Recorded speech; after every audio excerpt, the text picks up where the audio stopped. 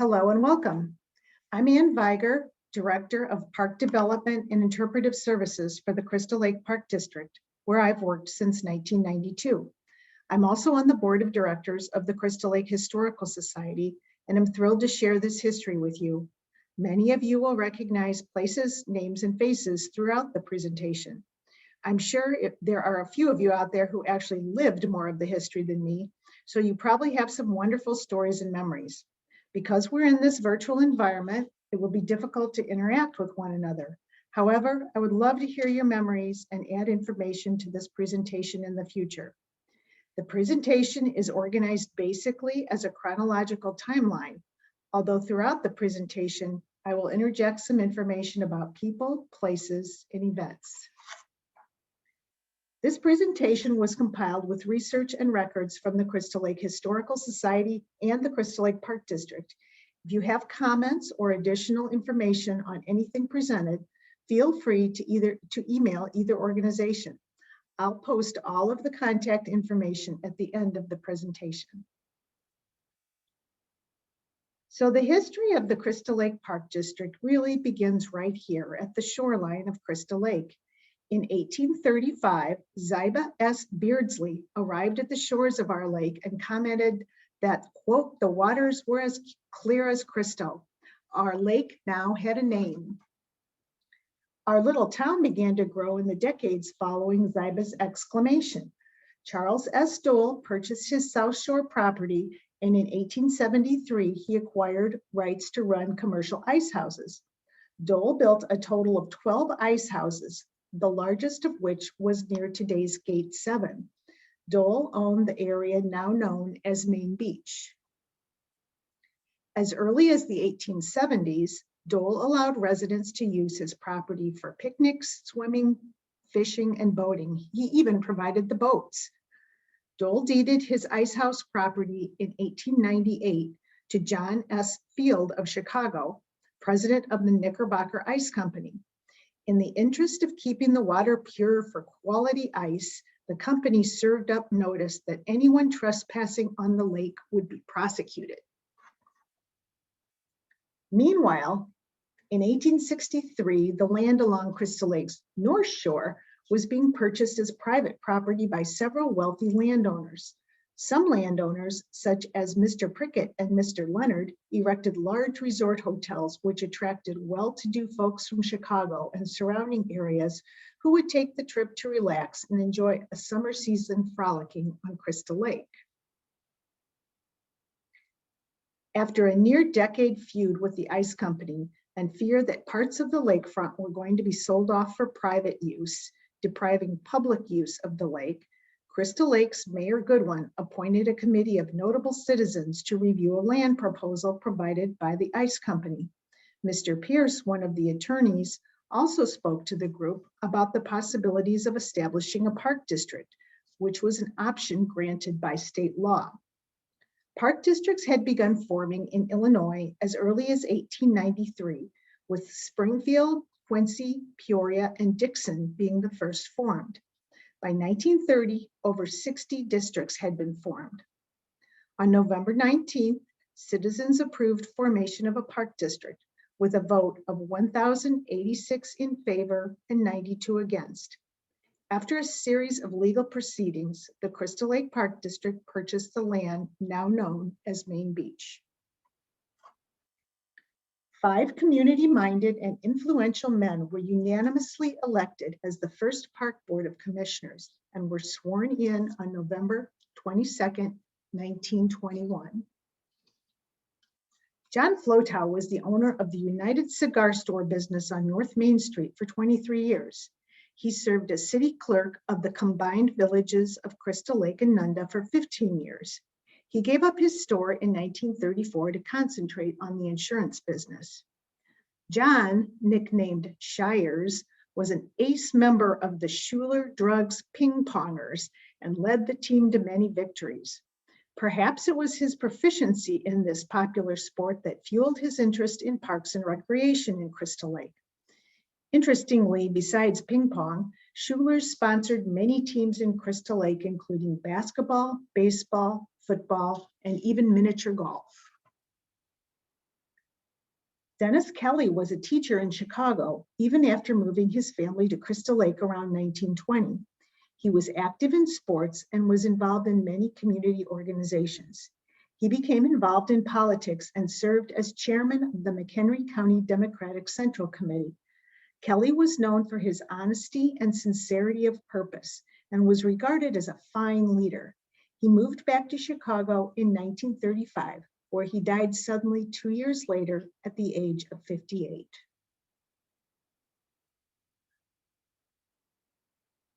Frank Schramm operated a wholesale floral business and was widely known in the field of rose culture. He developed many new types of roses and held several patents. One of his patents was for the Mayreen rose, which he named for his daughters.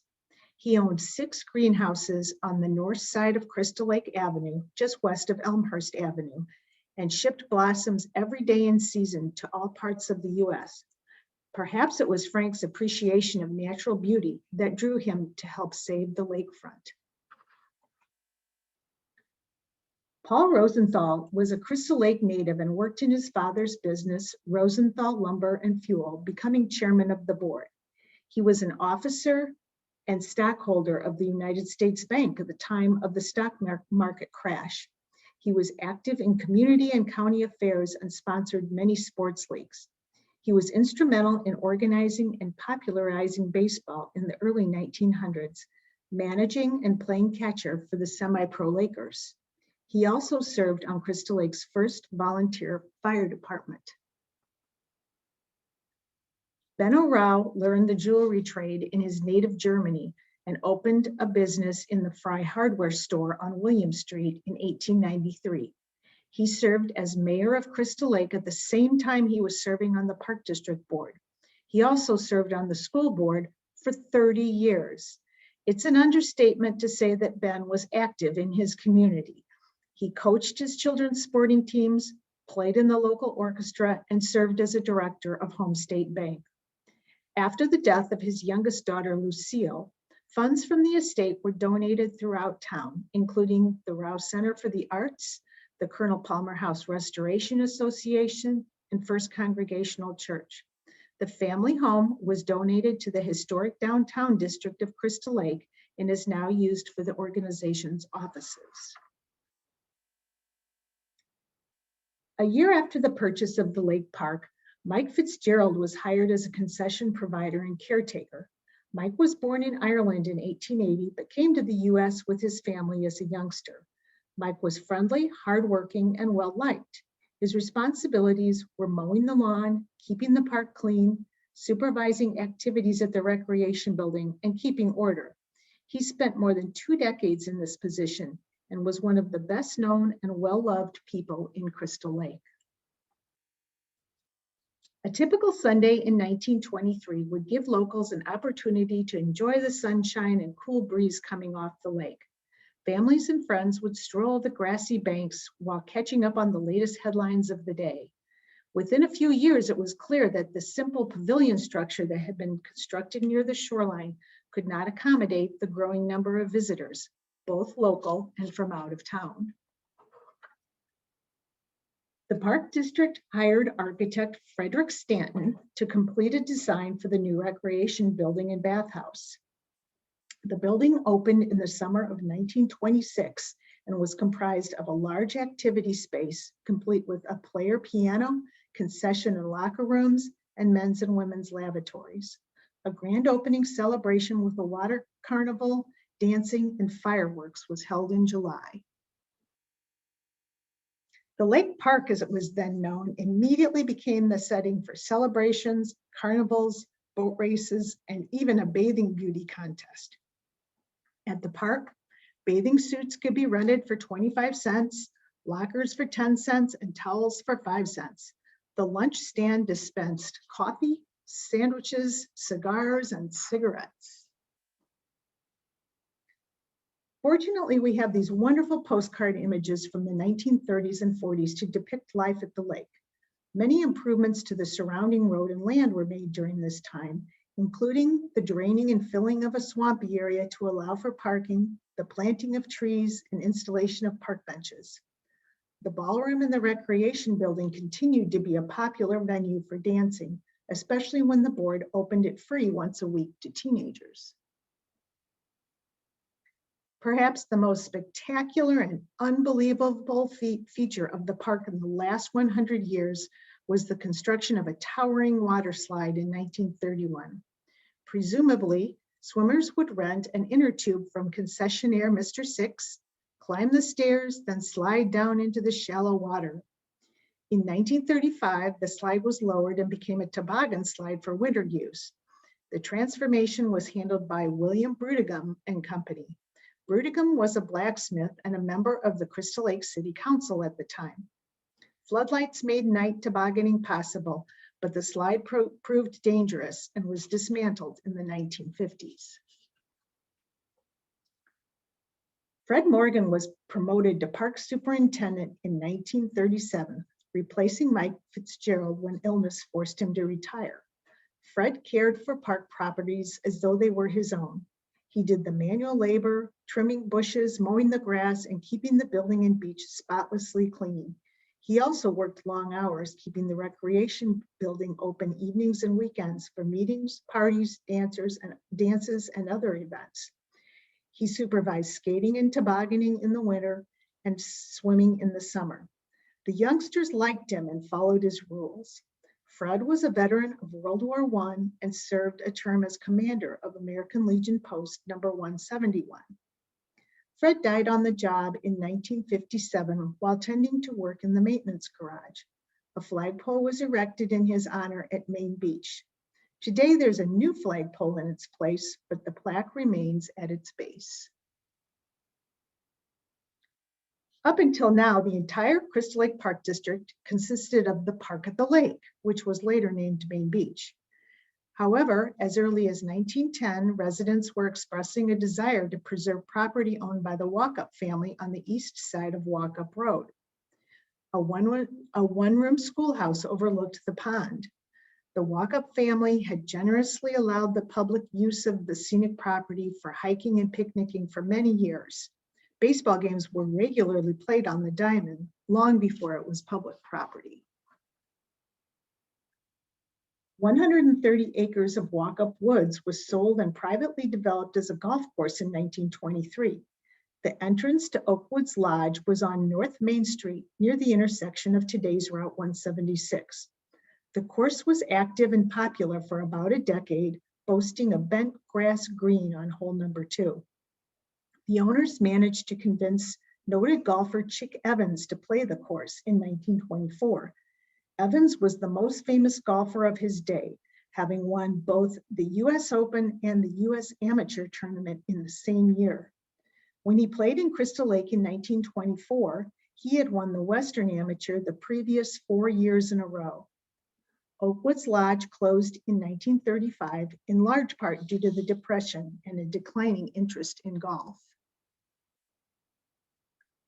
In 1939, voters approved the purchase of the property by the Crystal Lake Park District for $20,000. Besides golf, baseball and softball figured in the history of Walkup Woods. A baseball field is obvious in this 1939 photo. Walkup Woods was renamed Veteran Acres Park in 1946 to honor soldiers returning home from World War II.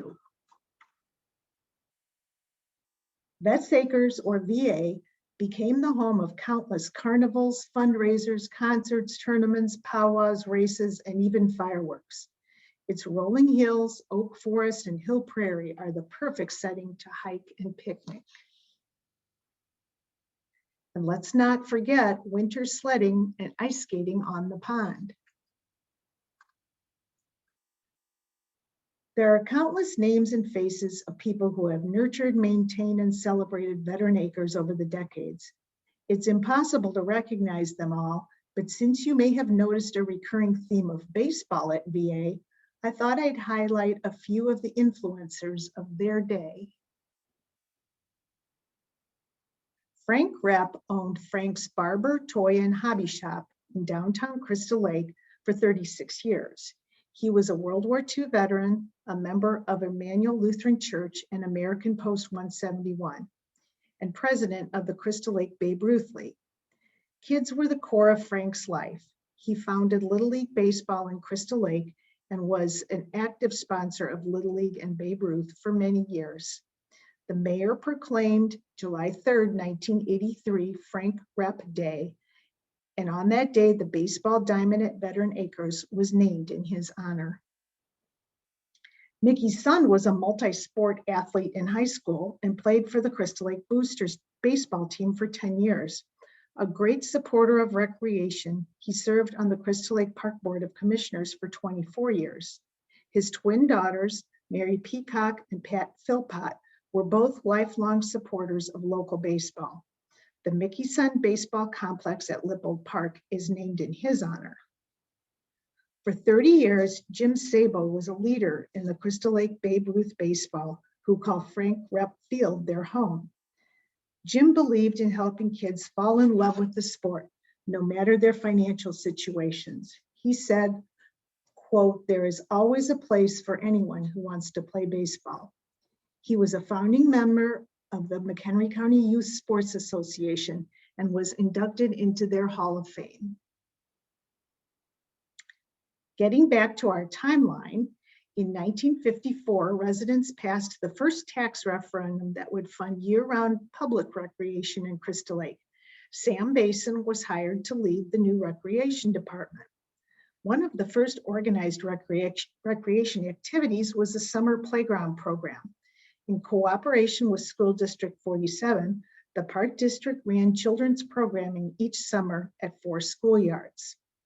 By 1958, programs included adult archery, a horseshoe club, adult band concert, fly casting, volleyball, Little League baseball, and men's softball leagues. Now's a good time to emphasize the importance of community and service organizations over the decades. Even before the Park District was founded, American Legion Post 171 was holding an annual festival at the Lake Park. The Jaycees, VFW, Odd Fellows, Rotary, Kiwanis, Lions, and Moose have all hosted community events and even built facilities for the Park District. From the 1960s into the 2010s, the Miss Crystal Lake pageant was a pretty big deal every spring. The pageant itself changed over the decades, sometimes including a bathing suit and evening wear competition, question and answer portion, Miss Photogenic, and talent performances. Young ladies were responsible for finding local sponsors to assist with their expenses. The girls gained public speaking experience, stage presence, and poise throughout the pageant preparation and beyond. As interest in the competition diminished over time, the pageant was discontinued in 2013. Jim Ortvitz, a graduate of Crystal Lake Community High School, came to work for the Crystal Lake Park District in 1962 after serving in the U.S. Navy and Army for 8 years. By 1963, he was the head groundskeeper, and in 1966, he was promoted to Director of Parks and Recreation. Over the next 5 years, Jim grew the recreational activities provided by the Park District, keeping pace with the rapidly growing community. He was energetic, jovial, and well-liked by the public. And as you can see from these photos, he was not afraid of publicity. After leaving for a career in private industry, Jim returned to the Park District in 1976, where he oversaw rapid expansion of Park District land holdings. Jim left the director's post in 1985, but later served on the Park District Board of Commissioners from 1993 to 1997. In the early 1960s, the Crystal Lake Park District still consisted of only 2 parks, Main Beach and Veteran Acres. The community was on the verge of a long period of population growth. Home builders began to purchase large tracts of farmland for building subdivisions. Families who bought these new homes needed parks for their children. Developers donated parcels to the Park District to build playgrounds, ball diamonds, and other recreational amenities. Beginning in 1963 with the Park District's 3rd park, Coventry Park, over 1,200 acres of land was added to the system in 33 years. much of it via the city's land donation ordinance. Coventry Park was adjacent to Coventry Elementary School and was later swapped with District 47 for Four Colonies Park. Sometimes it's a blessing in disguise that a referendum for development fails. In 1963, after being approached by residents, the Park District proposed and ultimately failed at a public referendum that would have built a 9-hole lighted golf course at Veteran Acres. The land that was then deemed unusable is really a magnificent oak forest. It's encouraging that the importance of natural areas has increased in the last 60 years. Beginning in 1967, the Park District began this popular summer concert series. In the early days, local high school and grade school bands were featured along with the Crystal Lake Community Band. Concerts were held at Veteran Acres Park on Wednesdays and Main Beach on Fridays. Later, the summer concert series found its home at Main Beach each Tuesday night during the summer. Throughout the Park District's history, a vocal sector of the community has lobbied for a public swimming pool. An equally vocal sector has argued against it. Why do we need a pool when we have a lake? Pool proposals popped up every decade, sometimes more frequently. The debate on location, on indoor versus outdoor, and mainly on the cost to taxpayers has always caused the proposals to fail. One early proposal was to build a pool at Crystal Lake High School in 1968. The bond issue to build the pool failed in a referendum vote. Another pool referendum, this time located at Hill Farm Park, was defeated in 1988. It was the same story in 1992 when a proposal to build a pool at Woods Creek Park failed. Other planning efforts haven't even gotten as far as a referendum. In 1967, Mary Peacock became the first female elected to the Crystal Lake Park Board of Commissioners. Mary was the daughter of Mickey Sund, who we met earlier. Her pride and joy during her term was a T-ball program that she initiated for children ages 5 to 12. An avid baseball supporter, she believed that more baseball diamonds was the most pressing need for the Park District. Today, the lighted diamond at Veteran Acres Park is named in her honor.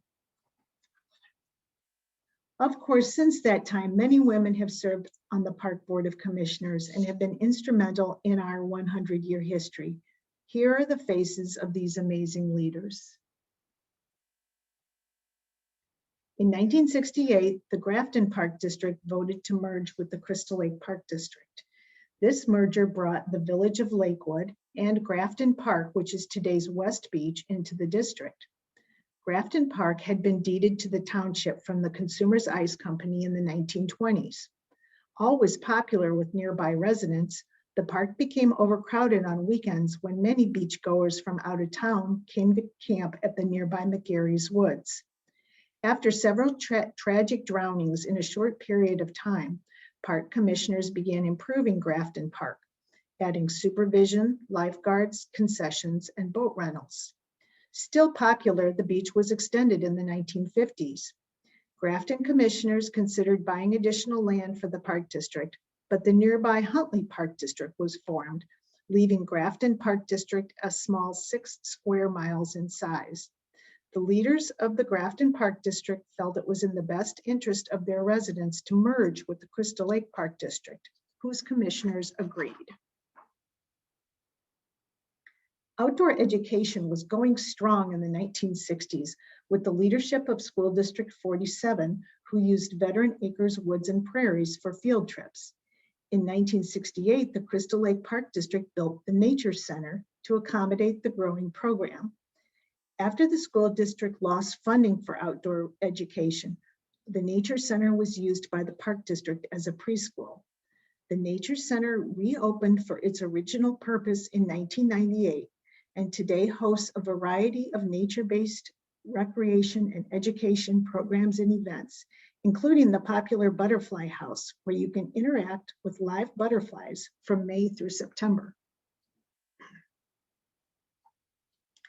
A simple conversation between Doc Hasnow, owner of the popular Hasnow's restaurant, and Jim Orkvitz, Park District Director, first turned our icy lake into a 9-hole golf course in 1970. Averaging 10 strokes on hole number 1 was the talk of the tournament as golfers gathered in the main beach rec hall for hot Chilean beverages. Unfortunately, the Chile Open, which celebrated 50 years in 2020, has not run many times during this past decade due to unsafe ice conditions. The lake. Without a doubt, the lake and everything about the lake has been the hottest and sometimes most controversial topic in Park District history. When talking about the lake, there are really 3 different issues: ownership, safety, and ecological management. No matter what side of any issue you may fall on, everyone agrees that Crystal Lake is the community's most precious resource, and everyone wants to protect the lake and its users. In 1970, Vulcan Materials Corporation, who had merged with the Consumers Ice Company, presented the deed for the Crystal Lake Lake Bottom to the Crystal Lake Park District. This action began a long and public debate about the validity of that deed and the rights of not only the property owners along the shoreline, but of all taxpayers of the Park District in regards to using the lake. In 1983, a court decided that the lake is jointly owned by the shoreline property owners, a ruling that was quickly appealed by the Park District and reversed. After years of legal proceedings and vast sums of money spent on both sides of the issue, the final challenge to ownership was settled in 1999 in favor of the Park District. Today, the Park District owns approximately 94% of the lake bottom, the remainder being owned by private shoreline property owners. A hot issue running concurrently with ownership was who is responsible for safety on the lake and exactly what the rules were. After some year-to-year changes in patrolling, in 1983, a lake safety pact was approved. The 3 governments, the City of Crystal Lake, Village of Lakewood, and Crystal Lake Park District, signed a contract to be renewed annually that gave Park District officials the authority to patrol the lake and issue citations. By 1988, the Lake Safety Board moved the lake patrol to the Village of Lakewood, citing it would be easier from an operational standpoint. In 1994, the Park District was omitted from the Lake Safety Agreement, although it has tried to rejoin several times. Today, Lakewood and Crystal Lake maintain a shared responsibility for lake safety. Since Crystal Lake was named for its crystal clear water, a growing concern for the health of the lake led to the formation of a lake management committee in 1970. Later in the 1990s, a lake ecology committee conducted scientific studies and made recommendations to the 3 units of government about possible measures to protect and improve the lake water quality. Some of the recommendations, such as banning powerboats, proved to be highly controversial. However, a growing understanding of the watershed that brings water into Crystal Lake led to a major commitment from the City of Crystal Lake on controlling development within the watershed, and it led to a major commitment from the Crystal Lake Park District to develop a 60-acre wetland complex at Lipple Park to clean stormwater before it enters the lake.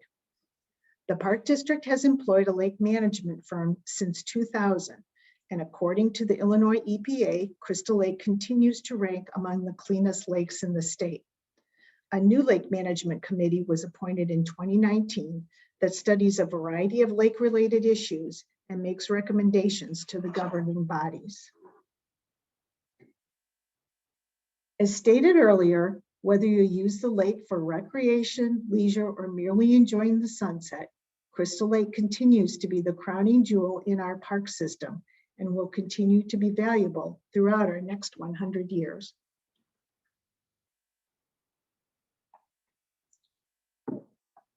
In 1980, the Crystal Lake Park District embarked on a multi-year run as host of an increasingly popular sport, triathlons.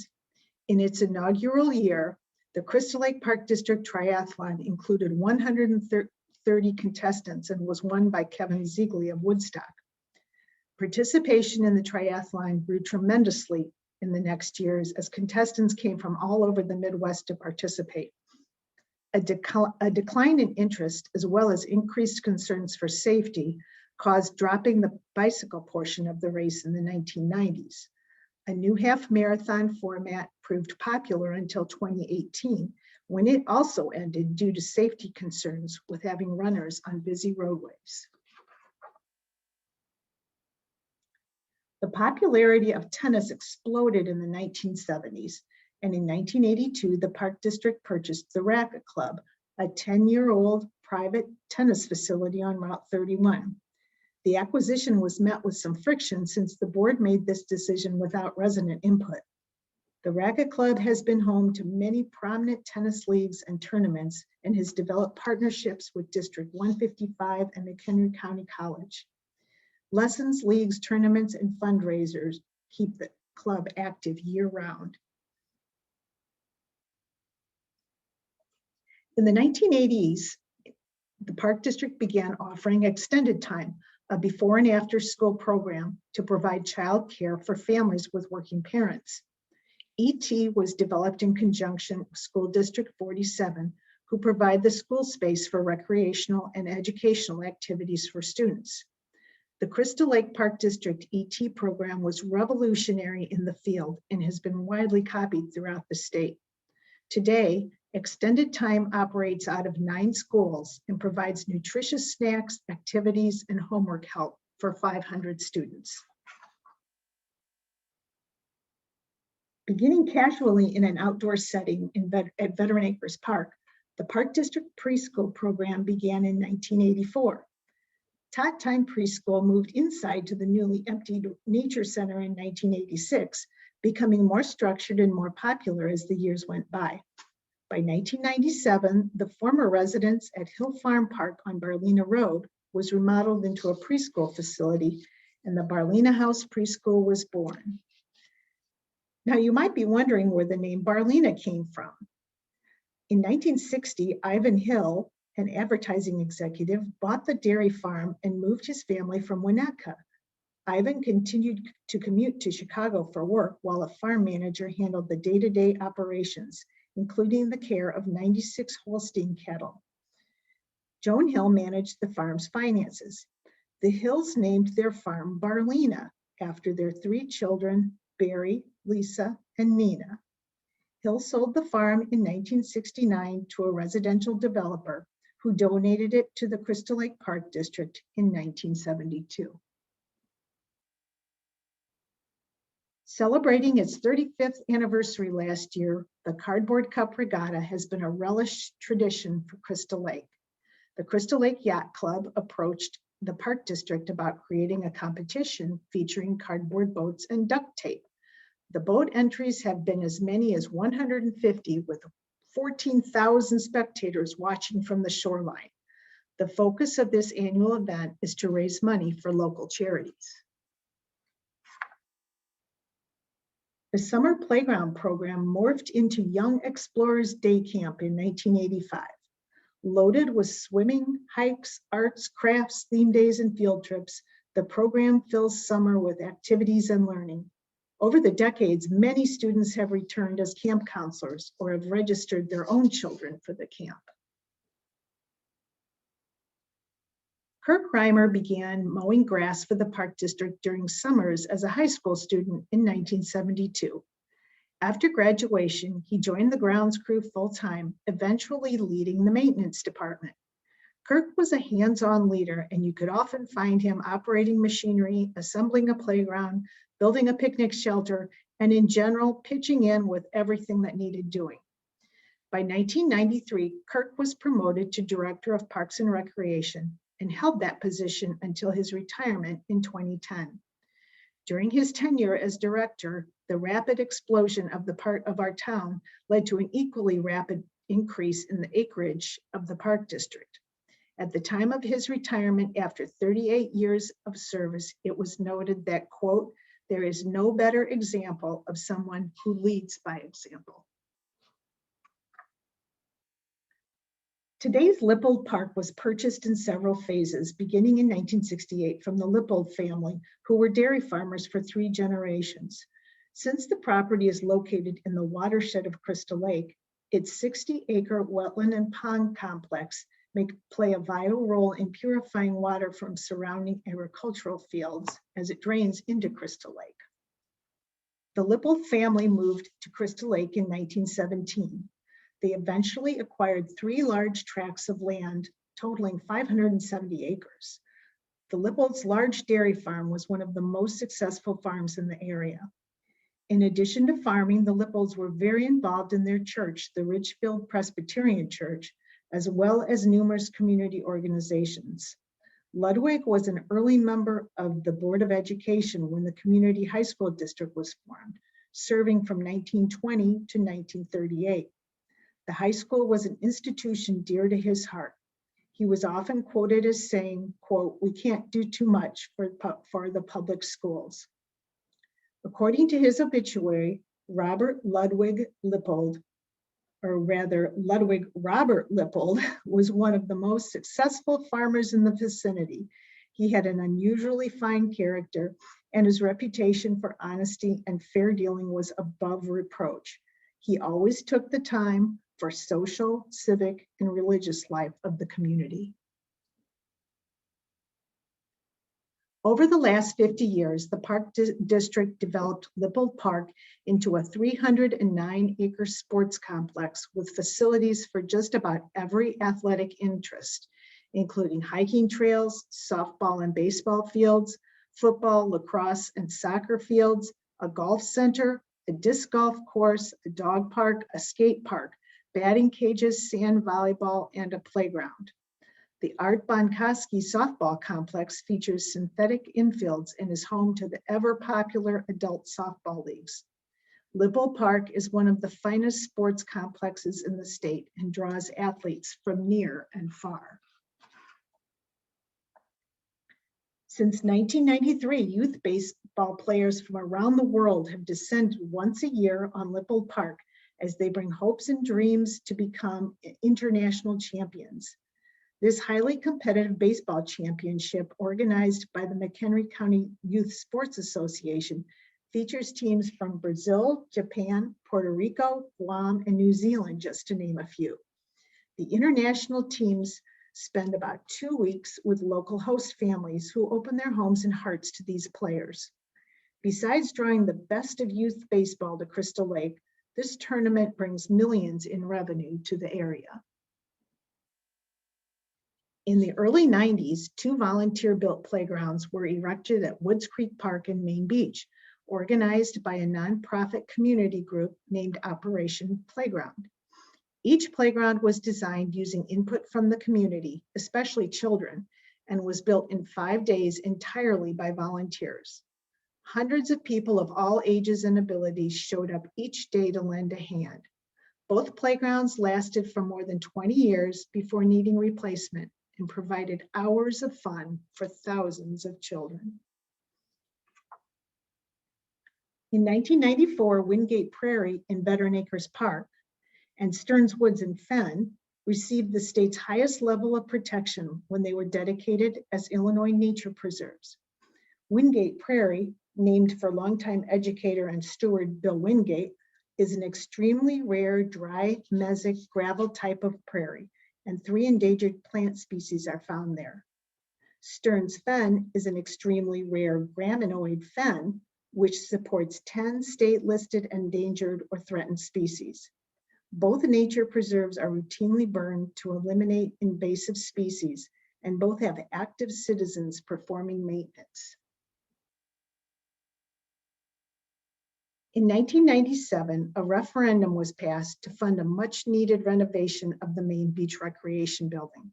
Although the building had several remodels over the years, the time had come for a major facelift. The original part of the building was kept largely intact, with repairs made to plaster, floor, and windows. The wings on each end of the building were largely demolished and rebuilt to hold modern, handicap-accessible restrooms and concession areas, as well as office space for beach staff and lifeguards. The asphalt shingle roof was replaced with clay tiles to bring historical accuracy back to the building. Located on the west end of Lippold Park, the Golf Learning Center opened in 1997. Lessons by local golf pros and instructors offered enthusiasts an opportunity to really improve their game. Construction began in 2003 to add a 2-course, 36-hole miniature golf course. With the addition of the mini golf course, the facility was renamed the Lippold Family Golf Center, which has been enjoyed by golfers of all ages and abilities throughout the season. In 1946, the Crystal Lake American Legion Post 171 purchased the Randall House at the corner of Woodstock and Oak Streets and used it as a community center and meeting place. In 1998, the Legion sold their property to the Park District, who renamed the building Park Place. In addition to banquets and weddings, the Park District used the space for senior and teen activities.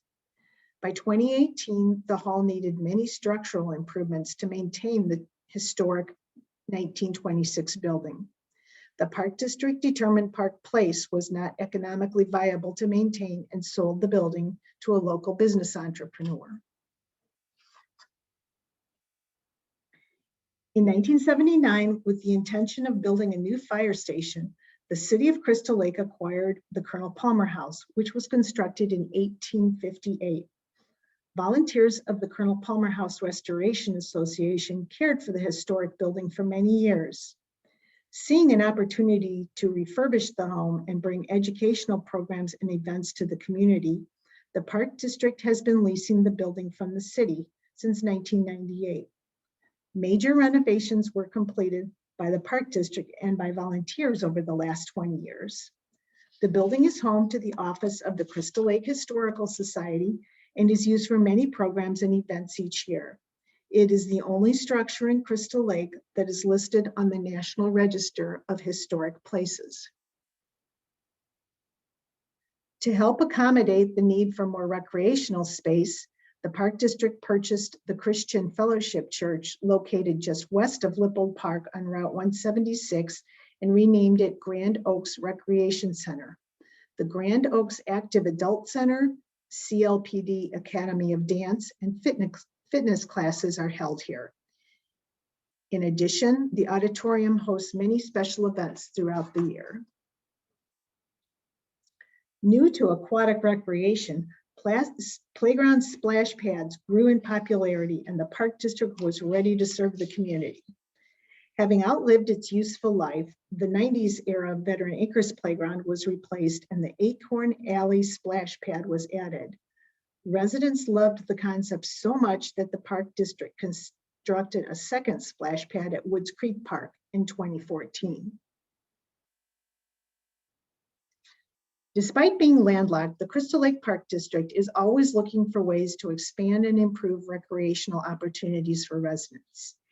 Due in part to an aging population, pickleball has become the biggest craze in town. 6 outdoor courts were recently constructed at Sporle Park. Many days last year, there was a line of people waiting for court time. Interest in hiking in nature has exploded in the last year, thanks mainly to the COVID-19 pandemic and the need for safe outdoor activities.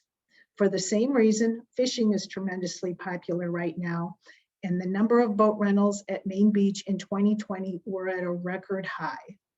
Speaking of rentals, the newly remodeled pavilion room in the Main Beach building became the hottest place in town for weddings, up until last spring, that is, when all group gatherings were canceled due to the pandemic. As mentioned earlier, with the increased popularity of pickleball, plans are underway to provide more courts both at neighborhood parks and at the Racquet Club. Another sport gaining popularity is ball hockey, and preliminary plans are in place for construction of an outdoor rink. Designs for new exhibits and remodeled spaces at the Nature Center have been developed and are awaiting funding. Also in its early phases of planning is a new park on Haligus Road on property donated to the Park District by the Village of Lakewood. The COVID-19 pandemic has seriously altered how recreation programs are provided, but time has shown us that the interest is still there. The Park District staff and board are continuing to find ways to accommodate our residents. So what makes us unique? Well, to begin with, we're a land-rich district. With 1,450 acres of land, we provide 2.6 acres of open space for every 100 residents. That's 2.6 times the national average. We have 2 Illinois nature preserves, a lake with 2 beaches, a tennis club with a regional draw, a historic house listed on the National Register of Historic Places, and a nature center with a butterfly house and an impressive 100 years of service to our residents.